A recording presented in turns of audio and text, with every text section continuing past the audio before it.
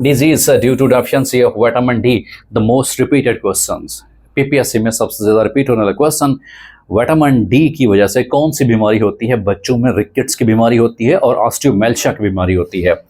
Rickets की बीमारी और उसके साथ साथ ऑस्टियोमेल्शिया की बीमारी भी होती है बेटा। ऑस्टियोमेल्शिया की बीमारी, ये दोनों जो है इन चिल्ड्रन, बच्चों में ये कॉमन होती हैं और ये विटामिन डेफिशिएंसी के शिकार हैं। और कौन सी विटामिन जो डेफिशिएंसी होती है? Vitamin D. और विटामिन डी का सबसे बिगेस्ट सोर्स कौन सा है? वो सनलाइट है। ये भी एक मोस्ट रिपीटेड क्वेश्चन है कि विटामिन सी का दूसरा नाम क्या है?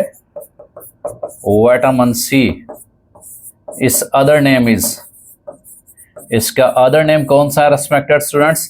That is ascorbic acid. ये भी मोस्ट रिपीटेड क्वेश्चन है। एस्कॉर्बिक एसिड्स, विटामिन सी जो है ये, इसका दूसरा नाम क्या है? एस्कॉर्बिक एसिड है। और विटामिन डी की वजह से कौन सी बीमारी बच्चों में होती है? वो रिकेट्स की बीमारी बच्चों में होती है।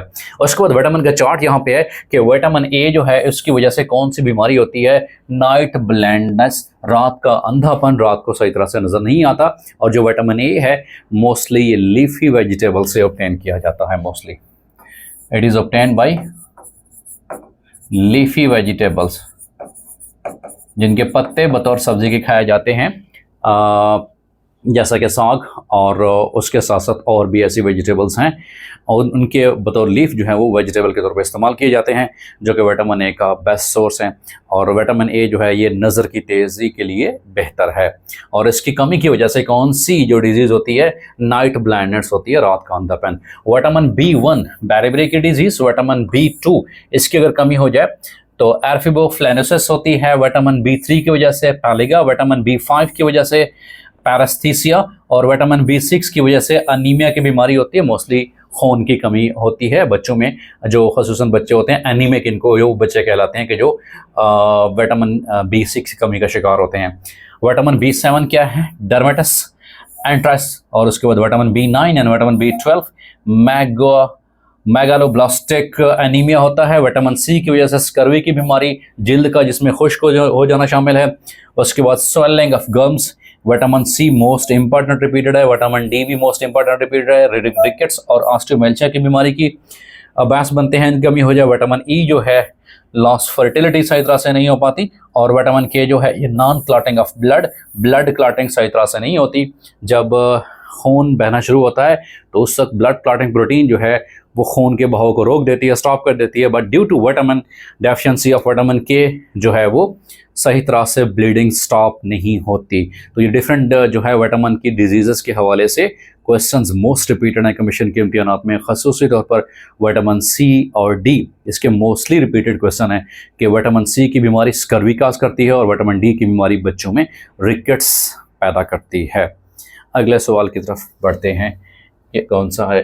The next question is meaning of insolvent, that is the bankrupt होता है बेटा। एंटोनिम ऑफ बेनाइन, इसका होता है कि मेलेवनेंट होता है। और I do not mind driving if you are retired, I do not mind driving आएगा बेटा, इसका सही जवाब है।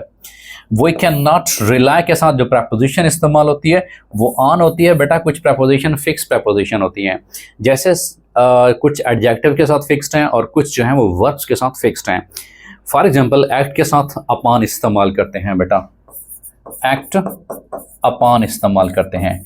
एबाइड पाबंदी करना, एबाइड के साथ बेटा बाय इस्तेमाल करते हैं।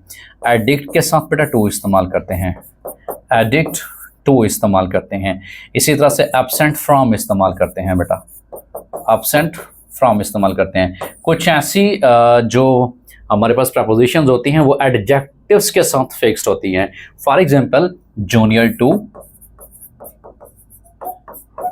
इंफीरियर टू, इसी तरह से सुपीरियर टू वगैरह, ये कुछ प्रपोजिशन एडजेक्टिव के साथ फिक्स्ड होती हैं। कुछ प्रपोजिशन जो है ये वर्ब्स के साथ फिक्स्ड होती हैं, जो वही इस्तेमाल होते हैं। तो रिलाई के साथ इसका मतलब इन्हिसार करना, डिपेंड करना, वो कौन सा होता है? ऑन इस्तेमाल करते हैं। Place this book on the table, हम ऑन इस्तेमाल करते हैं। और याद रखिएगा ऑन हम वहाँ पे इस्तेमाल करते हैं जब एक चीज़ दूसरी चीज़ की सतह को बिल्कुल ऐसे टच कर रही हो। Like the marker is on my hand because the marker is clearly touching the surface of my hand, that's why हम जो प्रपोजिशंस के इंग्लिश रूल के मुताबिक हम ऑन इस्तेमाल करते हैं, इसी वजह से place this book on the table आएगा। सो ऑन जो है वो राइट ऑप्शन है बेटा। पोजीशन के हवाले से ये प्रपोजिशंस पूछी हुई थी, इंग्लिश का ये सवाल था बेटा। Idiom couch potato means the lazy person, जो सुस्त बंदा होता है उसके लिए इस्तेमाल करते हैं काउच पोटैटोज। उसके बाद idiom pull your socks up, इसका मतलब है कि बेहतरी के लिए तैयार रहना अपने आप को। So get ready for the improvements, ये भी उसका सही बेटा जवाब है। I know that you would pass the exam with flying colours, तो इसमें वुड आएगा बेटा। आई नॉक द डोर, मैंने डोर नॉक किया, but nobody answer. So nobody basically क्या है, ये हमारे पास कंजंक्शन है, बट जो है हमारे पास that's conjunction. I knock the door but nobody answer, इसमें बट क्या है, बेसिकली कंजंक्शन है। और कंजंक्शन क्या होता है इंग्लिश रूल के मुताबिक, ये एक ऐसा वर्ड होता है जो दो सेंटेंसेस को और टू पार्ट ऑफ सेंटेंसेस को आपस में मिलाने का काम करता है। तो ये क्या कहलाता है, कंजंक्शन। और इसको उर्दू में हम हर्फ अत्फ बोलते हैं, जैसे वाव और होते हैं। और हमारे पास जो कोऑर्डिनेटिंग कंजंक्शंस होते हैं उसको हम टर्म इस्तेमाल करते हैं फाइन बॉयज से बेटा, फाइन बॉयज। अगर कोई सेंटेंस इन जो कंजंक्शन से जुड़ा होता है, फॉर, एंड, नॉर, बट, और, yet and so अगर कोई सेंटेंस फाइन बॉयज कंजंक्शन के साथ जुड़ा होता है तो ये टिपिकल निशानी ये होती है कि sentence will be compound sentence. वो सेंटेंस कौन सा होगा बेटा, कंपाउंड सेंटेंस होगा। और कंपाउंड सेंटेंस में दो मेन क्लासेस, दो प्रिंसिपल क्लासेस जो है वो फाइन बॉयज कंजंक्शन के साथ अटैच होती हैं। Which bank in Pakistan is responsible for formulating and implementing the policies? Pakistan में कौन सा बैंक है, दैट इज स्टेट बैंक, जो है वो तमाम बैंकों के हवाले से पॉलिसी बनाता है। और वो पॉलिसी जो है इम्प्लीमेंट होती है, एग्जीक्यूशन उसकी प्रैक्टिकल जो होती है वो तमाम बैंक्स के ऊपर होती है। जो भी स्टेट बैंक ऑफ पाकिस्तान जो है पाकिस्तान का जो स्टेट बैंक है वो इम्प्लीमेंट करता है उन तमाम पॉलिसीज़ को तमाम पाकिस्तानी बैंकों के ऊपर। अगला सवाल हमारे पास है बेटा, that is which type of sentence you must hurry और you will miss the train. So ये क्या है, हमारे पास कंपाउंड सेंटेंस है। और कंपाउंड सेंटेंस की टिपिकल निशानी क्या होगी, as I explained earlier that कि वो फाइन बॉयज कंजंक्शन से बेटा जुड़े होंगे। और यहाँ पर देखते हैं कंजंक्शन क्या है, और है बेटा। आप देखें यू मस्ट हरी, आपको जल्दी करनी चाहिए, दैट्स अ मेन क्लास बेटा। ये हमारे पास क्या है बेटा, it's a main class. Same is the case, you will miss the train, it is also the main class, it is also the main class। और जब भी बेटा दो मेन क्लासेस और दो प्रिंसिपल क्लासेस जब होती हैं या इंडिपेंडेंट क्लासेस होती हैं, इनको बेटा मेन क्लास भी नाम देते हैं, इसको प्रिंसिपल क्लास भी कहते हैं बेटा। और मेन क्लास का तीसरा नाम इंडिपेंडेंट क्लास भी है बेटा। तो जब भी मेन, प्रिंसिपल या इंडिपेंडेंट क्लासेस, दो independent classes fine boys conjunction के साथ जुड़ी होती हैं तो उस सेंटेंस को बेटा क्या नाम दिया जाता है, कंपाउंड सेंटेंस नाम दिया जाता है। और हमारे पास जो सबऑर्डिनेटिंग कंजंक्शंस होती हैं बेटा, वो भी आपको पता होना चाहिए, मोस्ट रिपीटेड क्वेश्चन होते हैं सबऑर्डिनेटिंग कंजंक्शंस के हवाले से बेटा, कि सबऑर्डिनेटिंग जो कंजंक्शंस होती हैं वो कौन सी होती हैं। सबऑर्डिनेटिंग कंजंक्शन में बेटा if, when, before, as soon as, ये सारी क्या है, ये सबऑर्डिनेटिंग कंजंक्शन है। और कोई भी सेंटेंस अगर सबऑर्डिनेटिंग कंजंक्शन के साथ जुड़ा हो तो उस सेंटेंस को क्या नाम देते हैं, कॉम्प्लेक्स सेंटेंस नाम देते हैं बेटा। For example, if you work you will pass, तो ये सेंटेंस कौन सा है, ये बेटा कॉम्प्लेक्स सेंटेंस की टिपिकल निशानी है कि जब भी कोई सेंटेंस बेटा सबऑर्डिनेटिंग कंजंक्शन के साथ जुड़ा हो। इसमें इफ क्या है बेटा, that is subordinating conjunction. So you will pass क्या है, ये मेन क्लास है। और जो हमारे पास सेंटेंस होता है कॉम्प्लेक्स सेंटेंस, उसमें ये निशानी होती है कि एक पार्ट ऑफ सेंटेंस में डिपेंडेंट क्लास होती है, जैसे if you work, when you came, तो उसका मतलब क्या होगा, कोई खास मतलब नहीं है। तो इस तरह की क्लास को क्या नाम देंगे बेटा, दैट इज, ये हमारे पास डिपेंडेंट क्लास है, दूसरी मेन क्लास है। और ऐसा सेंटेंस जिसमें एक डिपेंडेंट और एक मेन क्लास हो वो कॉम्प्लेक्स सेंटेंस कहलाता है। और कॉम्प्लेक्स सेंटेंस की टिपिकल निशानी मैंने क्या बताया है आपको, हमेशा याद रखिएगा कि वो इफ़, व्हेन, बिफोर वाले सेंटेंस होते हैं बेटा। अगला हमारे पास सवाल है, she said I can speak French frequently. इसका करेक्ट नरेशन क्या है? तो शी सेड है, ये बेटा डिक्लेरेटिव सेंटेंस है। शी सेड का सेड रहने दें, कॉमास खत्म करने के लिए दैट लगा है, ठीक है, कॉमास खत्म करने के लिए दैट लग गया है। आई फर्स्ट पर्सन है, इसको चेंज करेंगे सब्जेक्ट के मुताबिक, तो यहाँ पे आई का सब्जेक्टिव केस है, दैट्स वाई शी का भी सब्जेक्टिव केस शी ही आएगा बेटा। और दूसरी बात है बेटा, कैन को चेंज करते हैं कुड में चेंज करते हैं, और कुड के साथ first form of verb. She could speak French frequently, इसका बेटा सही जवाब है so she said that she could speak French fluently, उसका सही जवाब है। ये नरेशन के हवाले से डिक्लेरेटिव सेंटेंस का पूछा हुआ था कि she said that she could speak French fluently, ये इसका बेटा सही जवाब है। उसके बाद capacity of the cuboid tank is 50,000 litres, find out the breadth of the one side of the tank if its length is 2.5 metre and its depth is 10 metre. अब बेटा हमने क्या करना है, यहाँ पे उसकी जो है वो कहता है कि इसकी लेंथ ये है, इसकी डेप्थ इतनी है, और इसकी आपने ब्रेथ जो है वो फाइंड आउट करनी है, मतलब उसकी चौड़ाई फाइंड आउट करनी होती है बेटा। इसके जो वॉल्यूम का फार्मूला होता है बेटा वो याद रखिएगा, volume is equal to length multiplied by breadth, यानी कि विड्थ भी इसको कह सकते हो बेटा, मल्टीप्लाइड बाय बेटा depth.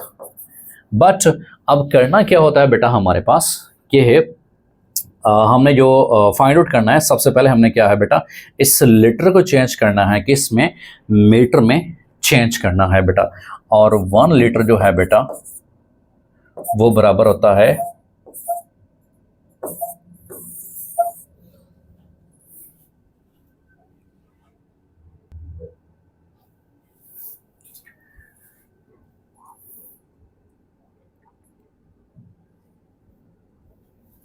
capacity of a cuba tank is 50,000 liters. Find the breadth of the side of the tank if its length उसकी दी हुई है 2.5 मीटर और उसकी जो डेप्थ दी हुई है वो 10 मीटर दी हुई है। सबसे पहले हमें वॉल्यूम के फार्मूले का पता होना चाहिए बेटा। जो वॉल्यूम का फार्मूला होता है that is length multiplied by breath, जिसको चौड़ाई भी कह सकते हो, मल्टीप्लाइड बाय डेप्थ बेटा जी। लेकिन सबसे पहले हमें ये मालूम करना चाहिए बेटा कि हमारे पास जो फार्मूला होता है वो फार्मूला आपने याद रखना है बेटा। हमारे पास जो 1000 लीटर होता है बेटा that is equal to 1 cubic metre के बराबर होता है। और मैथ का रूल ये है बेटा कि हमने जो चीज़ फाइंड आउट करनी है उसको इक्वेशन के राइट साइड पे ही रखते हैं। तो चूंकि मैंने क्या मालूम करना है बेटा, मीटर में ही फाइंड आउट करना है, तो मुझे बेटा पता चलना चाहिए कि 1000 litre is equal to 1 cubic metre के जी। ठीक है, 1 में क्या होगा बेटा, 1/1000 होगा। और मैंने कितने में फाइंड आउट करना है, 50,000 में बेटा जी। तो ये क्या होगा, 1/1000 मल्टीप्लाइड बाई 50,000 बेटा।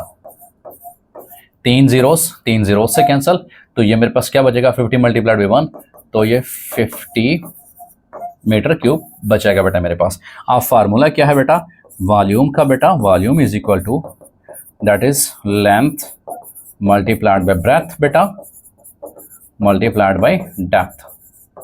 अब मैं वैल्यूज पुट करता हूँ। वॉल्यूम कितना आ गया बेटा मेरे पास, 50 बेटा। लेंथ कितनी है, दैट इज 2.5 बेटा।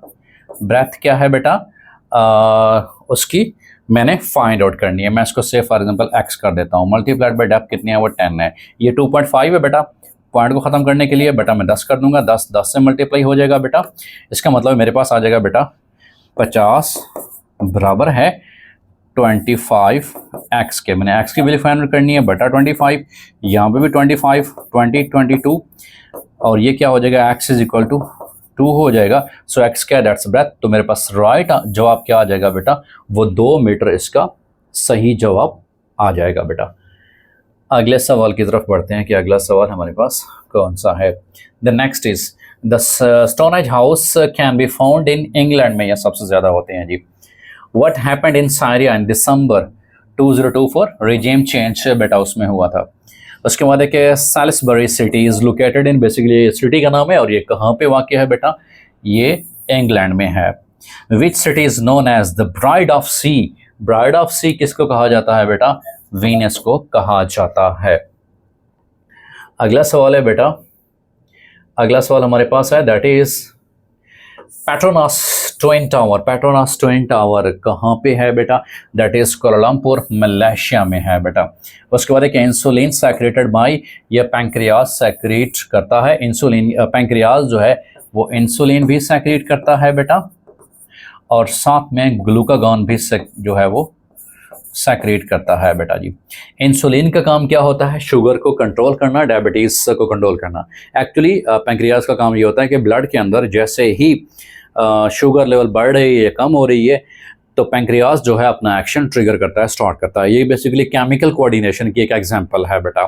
जैसे ही ब्लड के अंदर शुगर लेवल हाई होता है तो उस वक्त पैंक्रियास साहब इंसुलिन को कहते हैं कि जो शुगर लेवल हाई हो चुका है उसको डाउन करके आओ जी।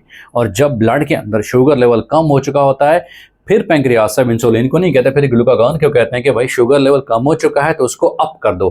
तो ये बेटा बेसिकली पैंक्रियास का काम ये दो तरह के बेटा केमिकल्स सेग्रेट करता है। One is insulin, second one is glucagon. उसके बाद डॉन लेक इज इन, वो कहाँ पे है? जम्मू एंड कश्मीर के अंदर है बेटा। Olympic 2008 held in Beijing China में ये मुनक़िद हुए थे। Haripur city named after which Sikh, किस सिख के नाम पे हरिपुर जो शहर उसका नाम दिया गया था? हरि सिंह नलवा, उसके नाम पे बेटा इस सिटी का नाम रखा गया था। अगला सवाल हमारे पास है कि टोटल एरिया ऑफ सिनाई पेंसिला वो कितना है? वो पेपर में जो ऑप्शन आया हुआ था बेटा 6700 किलोमीटर है एज पर पेपर ऑप्शन बेटा। Mangla dam on the river Jhelum was constructed in which year? ये 1966 में कंस्ट्रक्ट हुआ था। और Mangla dam as per option by the paper, Mangla dam जो है बेटा जी वो बिल्ट हुआ था किसके ऊपर? द्रेझेलम के ऊपर। कब? 1966 में एज पर पेपर ऑप्शन बेटा। उसके बाद के न्यू प्रेसिडेंट ऑफ सीरिया वो कौन से हैं? अहमद अशरा साहब हैं। ओल्ड नेम ऑफ म्यांमार, इस म्यांमार का पुराना नाम क्या है? बर्मा है। और 1989 में इसको जो है चेंज किया गया था। ये बर्मा वही मुल्क है जहाँ पे मुसलमानों के ऊपर काफ़ी जुल्म भी किए गए थे। तो ये बर्मा जो है old name of Myanmar, that is the Burma बेटा। अगला सवाल है who build Wazir Khan mask? Wazir Khan mask किसने बिल्ड की थी? शाहजहां ने बिल्ड किया था। मुगल बादशाह शाहजहां फ़न तामीर में जो है उनको बड़ी गहरी दिलचस्पी थी। जो ताज महल है वो भी शाहजहां ने ही तामीर कराया था, याद रखिएगा बेटा। और इसी तरह है मोतीलाल मस्जिद, वो भी इन्होंने तामीर कराई थी। उसके बाद है कि oath date of Donald Trump. Donald Trump साहब का 20 जनवरी 2025 को इन्होंने अपना हल्फ लिया था। यूएसए अमेरिका के अंदर बेटा ये रिवाज है कि जब भी कोई प्रेसिडेंट आता है तो हमेशा उसके हल्फ बर्दारी की तकरीब कब होती है? वो जब भी 4 साल के बाद इलेक्शन होते हैं बेटा। इलेक्शंस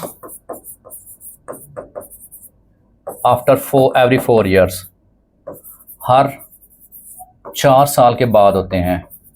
और हर 4 साल के बाद कब होते हैं? फर्स्ट वीक ऑफ नवंबर बेटा, फर्स्ट वीक ऑफ नवंबर। और किस दिन होते हैं फर्स्ट वीक ऑफ नवंबर में? जब भी ट्यूसडे का दिन होगा बेटा, बरोज मंगल का जब दिन होगा।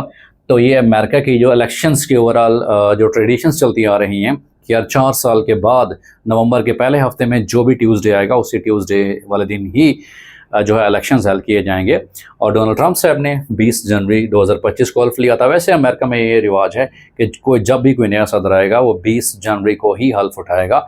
और डोनाल्ड ट्रंप साहब जो हैं बेटा ये बेसिकली 45th और 47th प्रेसिडेंट हैं। और 46th प्रेसिडेंट कौन से हैं बेटा? जो बाइडेन साहब। जो बाइडेन साहब जो है वो 46th और 45th। पहले भी कौन से थे? Donald Trump. 47th भी कौन से हैं? ये भी डोनाल्ड ट्रंप साहब हैं। और डोनाल्ड ट्रंप साहब अपनी दूसरी जो है वो सदारत जो है एंजॉय कर रहे हैं उनके दूसरे टर्म में। NASA ghost mission 2025 was for, ये बेसिकली चांद के हवाले से था।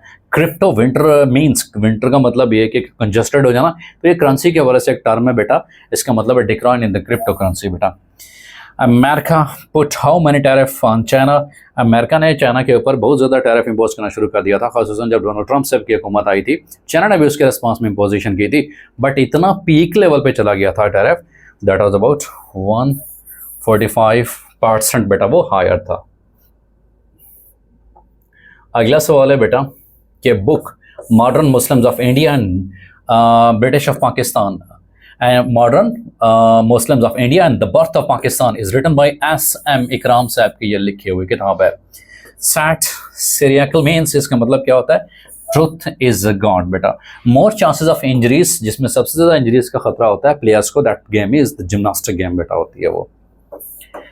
उसके बाद है कि NGO is a body that operates, उसमें ऑल ऑफ दीज जो ऑप्शन आया हुआ था पेपर में, बेसिकली ये एनजीओ जो थे नॉन गवर्नमेंट ऑर्गेनाइजेशन है बेटा।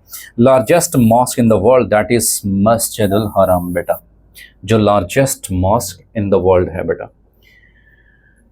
अगला सवाल है कि most medals won by which country in the Tokyo Olympics 2021, USA ने सबसे ज्यादा जो मेडल्स है वो वन किए थे।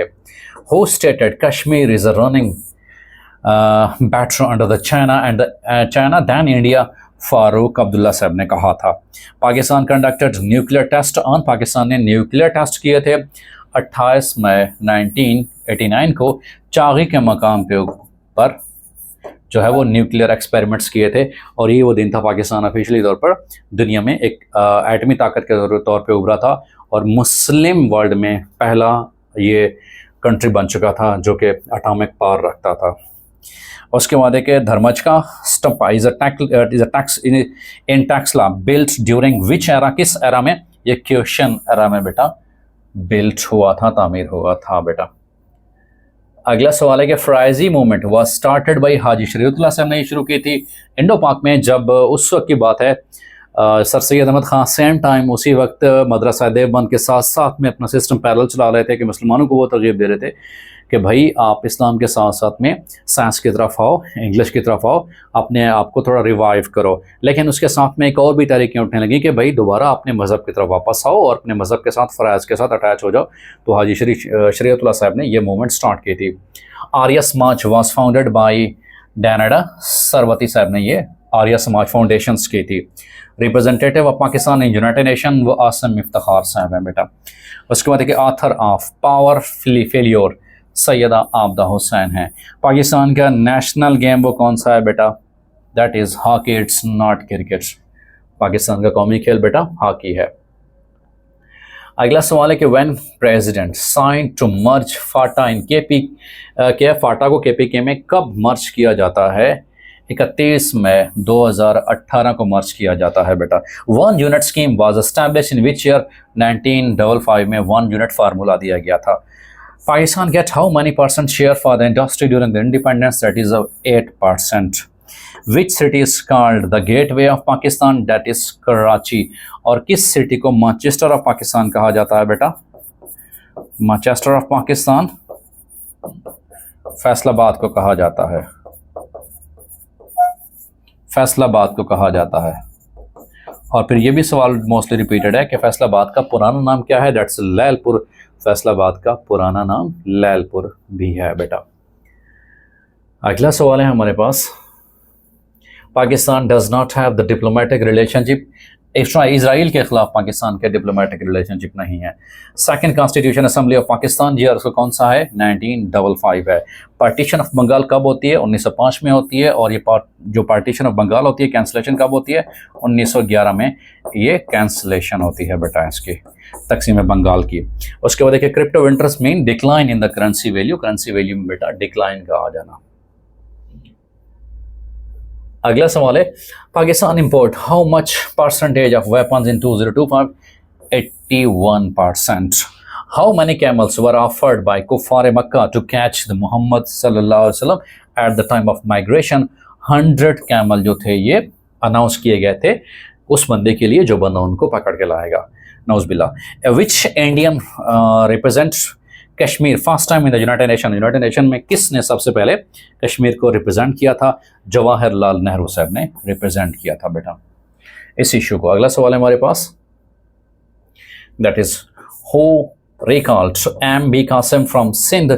वो सुलेमान बिन अब्दुल मालिक साहब थे बेटा जी, मोहम्मद बिन कासिम साहब को रिकॉल किया था। Which air gas is use to increase the earth temperature? वो है बेटा कार्बन डाइऑक्साइड। एक्चुअली ये है कि जैसे ही कार्बन डाइऑक्साइड यहाँ से ज़मीन से फ़िज़ा में जा रही है तो कार्बन डाइऑक्साइड जो एक लेयर बना के रख देती है, लाइक जैसे हम कहते हैं कि जो ग्लोबल वार्मिंग हो रही है तो इस कार्बन डाइऑक्साइड के एक लेयर की वजह से ओवरऑल जो ज़मीन का टेम्परेचर है बढ़ रहा है, तो ये भी ग्लोबल वार्मिंग का एक बहुत बड़ा बहस है। तो कार्बन डाइऑक्साइड जो है ये अर्थ एटमॉस्फेयर में इजाफे का बहस बन रही है। होली प्रॉफिट हज़रत मोहम्मद मुस्तफ़ा सल्लल्लाहु अलैहि वसल्लम started secret preaching from the house of which सहाबी, किस सहाबी के घर से? हज़रत अरकम, और इसी वजह से दार अरकम भी मशहूर है। हज़रत जाफ़र तैयार वास मार्टायर्ड, किस ग़ज़वे में शहीद हुए थे बेटा? ग़ज़वा मौता में वो शहीद हुए थे। अगला सवाल है बेटा, ज़कात वाज एनफोर्स्ड इन विच हिजरी? 2 हिजरी में ज़कात का जो फरीज़ा फ़र्ज होने का बेटा हुक्म आया था। सहीफ़ा सादका was written by Abdullah ibn Alas से लिखी हुई है। ऐसी हदीस जिसकी तस्दीक सहाबा तक जाके मिलती है वो मौकूफ़ कहलाती है। उसके बाद एक रियल नेम ऑफ इमाम बुखारी, मोहम्मद बिन इस्माइल इमाम बुखारी का असल नाम था। अगला सवाल है बेटा, shortcut key to minimize the workbook in MS Excel that is Ctrl+F9 है बेटा। Direction of rectangular page for open and review documents that's a preview mode होता है कंप्यूटर के वाले से। ये सवाल है, which one is the odd one? 19, 26, 33, 40, 47, इसमें 7, 7, 7 का फर्क आ रहा है। तो बेटा इसमें जो अगला नंबर आएगा बेटा दैट इज 53 जो है इससे अगला नंबर आएगा बेटा। उसके बाद refrigerator works on the principle of thermodynamics के जो प्रिंसिपल हैं according to the second law of thermodynamics, thermodynamics के असूल के मुताबिक रेफ्रिजरेटर बेटा काम करता है। Who is the most famous Muslim surgeon? अज़हरवी साहब जो हैं ये फेमस मुस्लिम सर्जन हैं। Instrument use to measure the blood pressure, sphygmomanometer होता है जो कि ब्लड प्रेशर को मेयर करने के लिए इंस्ट्रूमेंट इस्तेमाल किया जाता है बेटा। उसके बाद free oxygen is available on which planet? सिर्फ अर्थ के ऊपर ही है फ्री ऑक्सीजन अवेलेबल है बेटा। लीस्ट वैल्यू ऑफ, कम से कम वैल्यू, मैथ के वाले से ये सवाल था, तो ये क्या है बेटा? 39/26, 13 3, 13 2 और 26, 13 का अगर बेटा टेबल पढ़ा जाए तो दैट इज 3/2 जो है। सो 13 3 39 39 13 2 वो क्या होता है बेटा? 26 होता है। तो 3/2 उसके सिंपलेस्ट फॉर्म है बेटा। तो क्या कहलाती है? लीस्ट वैल्यू और सिंपलेस्ट फॉर्म बेटा दैट इज 3/2 होता है बेटा। अगला सवाल है कि पूरब चले जाओ या पश्चिम वही करम के लक्षण, मतलब जहां पे भी जाओ, पूरब पश्चिम मगरिब या मशरिक जहां पे भी जाओ करम के वही लक्षण। इसका मतलब क्या है भाई? जहां रहो, जहां भी रहो किस्मत में जो है वो वही मिलता है। जहां भी जाओ वो किस्मत के मुताबिक ही मिलता है, चाहे पूरब जाओ, चाहे पश्चिम जाओ, चाहे मशरिक में जाओ, चाहे मगरिब में ही जाओ, इंसान को वही कुछ मिलता है जो उसकी किस्मत में होता है। ऐसा लफ्ज़ जो किसी से ना बनाओ ना उससे कोई दूसरा लफ्ज़ बनाया जा सकता हो वो इसम जामिद कहलाता है। और उसके बाद मस्तर क्या होता है? ऐसा लफ्ज़ कि जो खुद किसी से नहीं बना होता लेकिन उससे दूसरे लफ्ज़ बनाए जा सकते हैं, जैसा कि लिखना मस्तर है क्योंकि इससे जो लफ्ज़ बनता है दैट लिखाई बन सकता है। इसी तरह से पढ़ना से क्या बन सकता है बेटा? पढ़ाई बन सकता है। ये लिखना और पढ़ना क्या है बेटा? ये मस्दर हैं। और जो मस्दर से निकला होता है उसे क्या नाम देते हैं? मश्तक नाम देते हैं। जैसे मुस्कुराना से मुस्कान और मुस्कुराहट, इसी तरह से लिखना से लिखाई, पढ़ना से पढ़ाई बेटा ये क्या है हमारे पास? मस्दर से निकले हुए लफ्ज़ इस मश्तक हैं बेटा। उसके बाद है कि टूट बटूट किसने लिखी हुई थी? टूट बटूट के 2 मुर्गे थे। अमूमन ये किसकी लिखी हुई थी? ये सूफ़ी ग़ुलाम तबस्सुम साहब की लिखी हुई टूट बटूट की एक बच्चों के हवाले से जो नज़्म है वो सूफ़ी ग़ुलाम मुस्तफ़ा तबस्सुम साहब की है। मिर्ज़ा अदीब का असल नाम क्या है? मिर्ज़ा अदीब का असल नाम दिलावर अली है। उर्दू के हवाले से ये सवाल पूछे हुए थे। अगला सवाल है कि मीर हसन की मसनवियात की तादाद कितनी है? उसकी मसनवियात की तादाद 11 है। उसके बाद क्या है कि मट्टी बर्बाद करना, किसी को रुस्वा करना, किसी को बेइज्जत करना, किसी की बेइज्जती करना, किसी को ह्यूमिलिएट करना, तो उर्दू में जो मुहावरा इस्तेमाल होता है वो कौन सा होता है? मट्टी बर्बाद करना। और उसका मफहूम क्या है? कि किसी को रुस्वा करना।